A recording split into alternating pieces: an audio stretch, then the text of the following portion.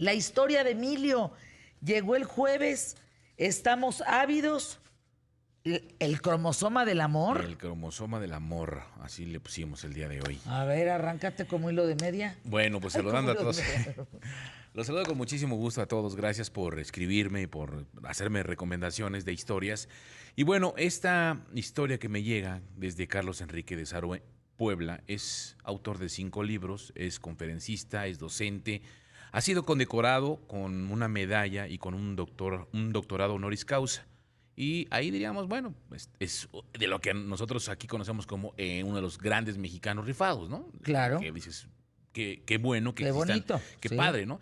Él nació aquí en la Ciudad de México en 1979, hoy ya vive allá en Cuernavaca, Morelos, pero desde que era joven supo que tendría una condición que, pues, a pesar de ella, no le iba a impedir realizar sus sueños y por el contrario iba a tomar mayores retos y trabajar lo doble para poder convertir su situación en una gran causa, en un gran sueño, en un gran impulso que lo tendría que llevar a ser precisamente esto, un autor de 5 libros, un conferencista, un maestro, una persona que apoya a otros.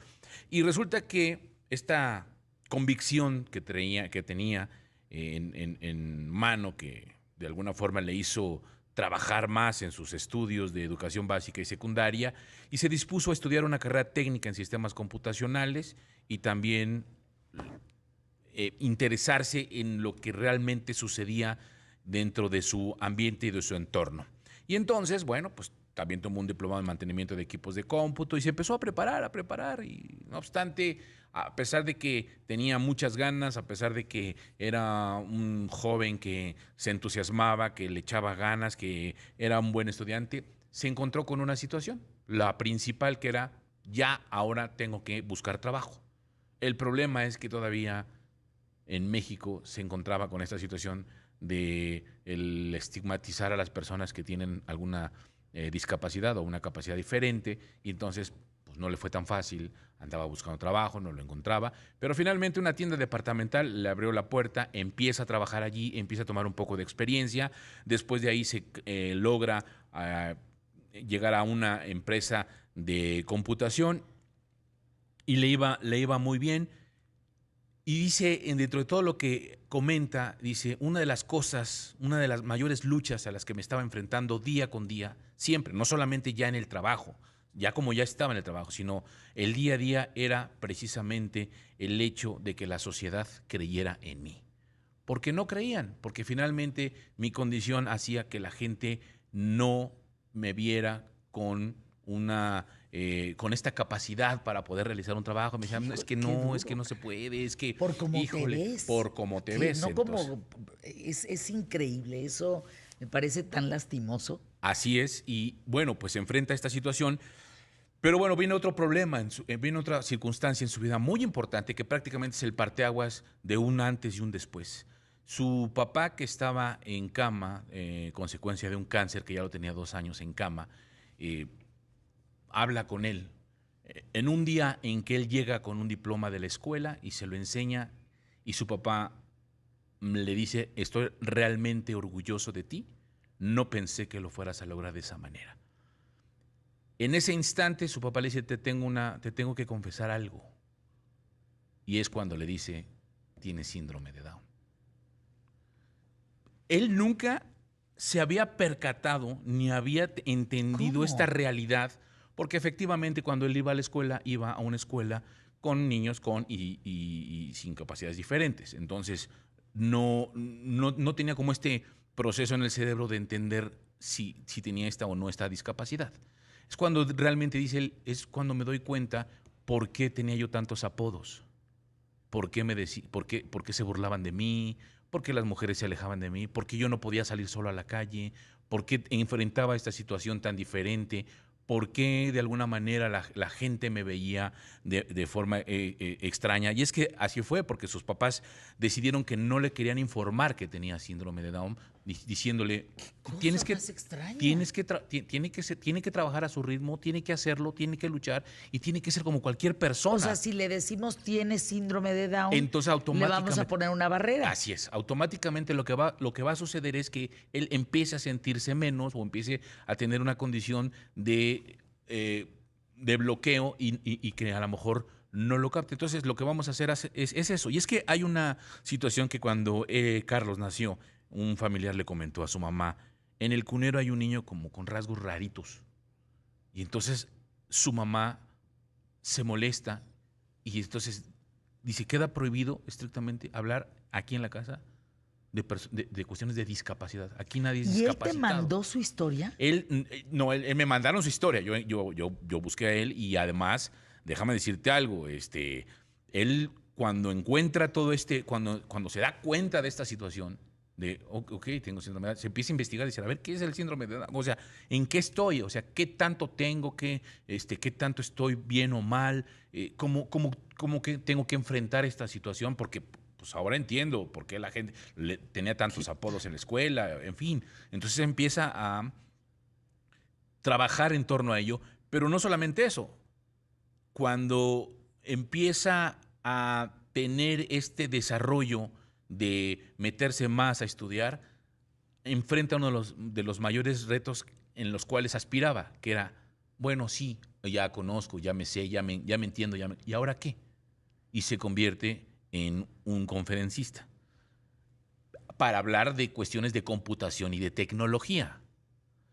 Conforme va avanzando, va él adaptando a estas pláticas a lo que realmente lo lleva a un reconocimiento, al decir, bueno, sí voy a hablar de computación, sí voy a hablar de tecnología, pero sí voy a hablar de todo este proceso que a veces tenemos que enfrentar para poder tener igualdad, equidad, inclusión, el trabajo y que además las personas entiendan que el asunto de la discapacidad no está en el alma ni en el cuerpo, sino en las personas que creen que no puedes lograr las cosas. Y prácticamente uno de los primeros en donde se cierra esta puerta es la familia. La familia es la que empieza a poner ese tipo de límites. Fíjate que me dejas en una profunda reflexión de si eso te resta, o sea, el conocer tu realidad, te resta cuando eres niño, o construir tu realidad te suma. Sí.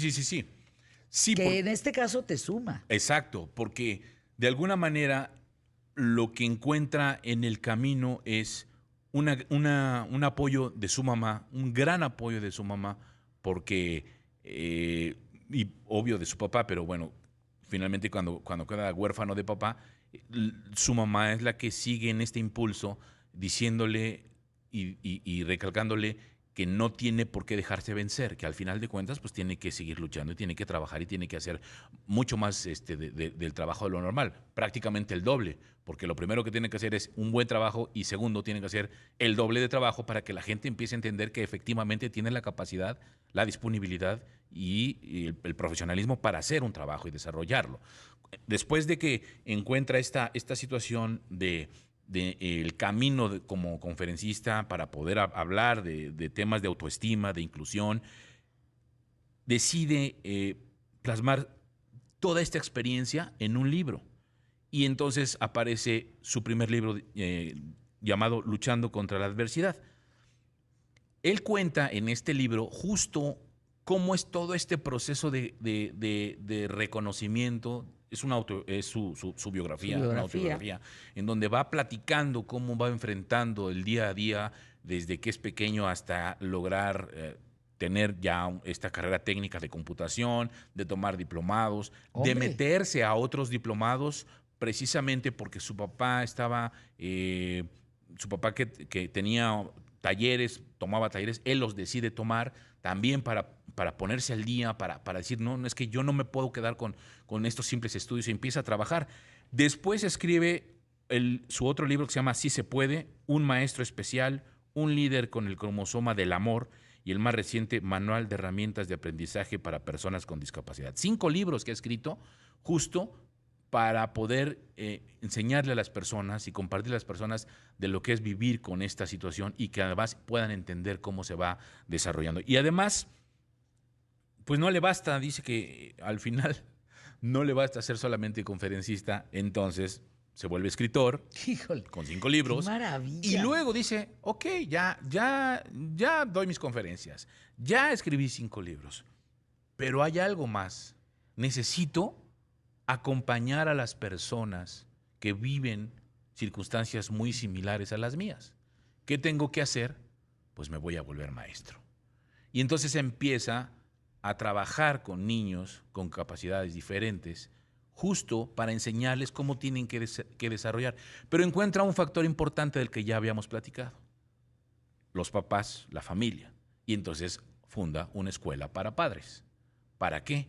Para enseñarle al mismo tiempo que a los niños, a los papás, para el hecho de que puedan entender cómo tienen que trabajar con sus hijos y de alguna manera no sean ellos la propia discapacidad y el crecimiento de sus hijos. Ya para cerrar, mi querida Fernanda, pues justo este joven, este hombre, Carlos, ha recibido varios reconocimientos y es el primer escritor con síndrome de Down en recibir un doctorado honoris causa y el premio Sofía.